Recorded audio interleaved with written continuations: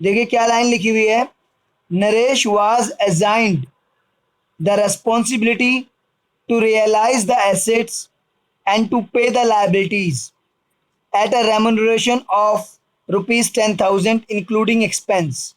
तो नरेश को डिसोल्यूशन का वर्क दिया गया है जिसके लिए उसको 10,000 रेम्यूनरेशन मिलेगी इंक्लूडिंग एक्सपेंस, उसमें एक्सपेंस इंक्लूड होंगे, एक्चुअल एक्सपेंस जो होंगे यानी कि वो नरेश खुद बियर करेगा, उससे हमें कोई मतलब नहीं है, हम उसको सिर्फ 10,000 देंगे।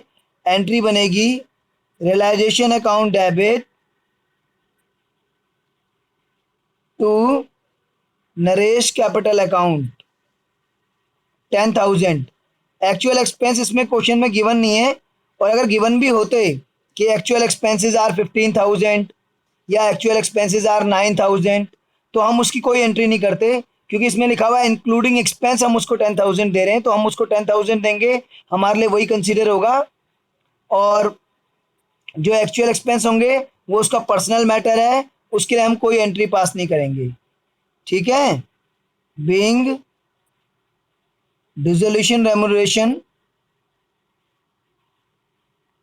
डिसोल्यूशन वर्क रेम्यूनरेशन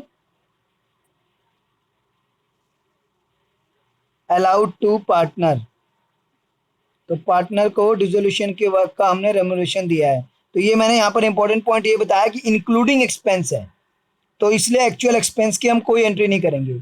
सेम यही को ऐसा ही क्वेश्चन हमने किया था, क्वेश्चन नंबर 26 था, उसमें भी लिखा हुआ था कि पी को जो है डिसोल्यूशन वर्क दिया गया था और उसके लिए 1,000 उसको कमीशन देना था, और उसमें एक्चुअल एक्सपेंस गिवन थे 900 के, तो उसमें दोनों ही फॉर्म का खर्चा था, 1,000 भी और 900 भी। क्यों? क्योंकि उसमें ऐसा नहीं लिखा था इंक्लूडिंग एक्सपेंस। तो उसमें हमने जो एंट्री की थी वो हमने की थी realisation account debit to piece capital account to cash account, तो 900 भी हमारा ही खर्चा है और 1,000 कमीशन भी हमारा खर्चा है, तो टोटल खर्चा हो गया 1,900 रियलाइजेशन अकाउंट डेबिट। बट इसमें इंक्लूडिंग एक्सपेंस है, तो इसमें अगर एक्चुअल एक्सपेंस होते भी तो फॉर्म उसके लिए कोई एंट्री पास नहीं करती, क्योंकि वो उसका पर्सनल एक्सपेंस होता। ठीक है, क्लियर है ये पॉइंट? चलिए, अब इसमें देखिए एक और इम्पोर्टेंट पॉइंट है, एक तो इसमें लिखा हुआ है कि bill receive D E point, bill receivable was received allowing 5% rebate. तो बिल रिसेबल हमारे पास यहाँ पर गिवन है एसेट साइड पर 33,400, तो 33,400 पे 5% हम रिबेट दे देंगे 1670 की, और बाकी 31,730 हमें मिल जाएगा। तो इसमें तो कोई ज़्यादा पॉइंट नहीं है, तो 31,730 रियलाइज हो जाएगा, नॉट अ बिग पॉइंट।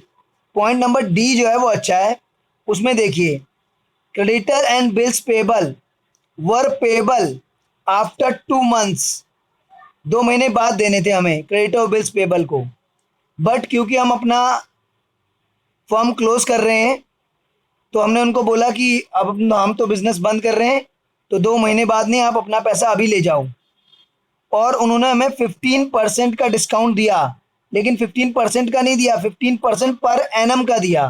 तो ये देखिए discount receive from creditor and bills payable, यही गलती हुई होगी कृष्णा आपकी। क्रेडिटर्स एंड बिल्स पेबल पे कितना हमें डिस्काउंट मिला है?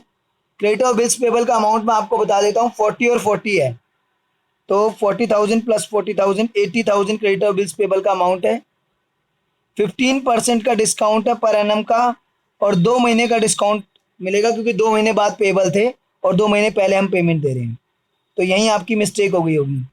ठीक है, ये आपका आ जाएगा कैलकुलेट करके 2,000, तो यानी कि क्रेडिट और बिल्स पेबल को जो हम पेमेंट करेंगे 78,000 की करेंगे। तो ये इस क्वेश्चन के इंपॉर्टेंट पॉइंट्स थे।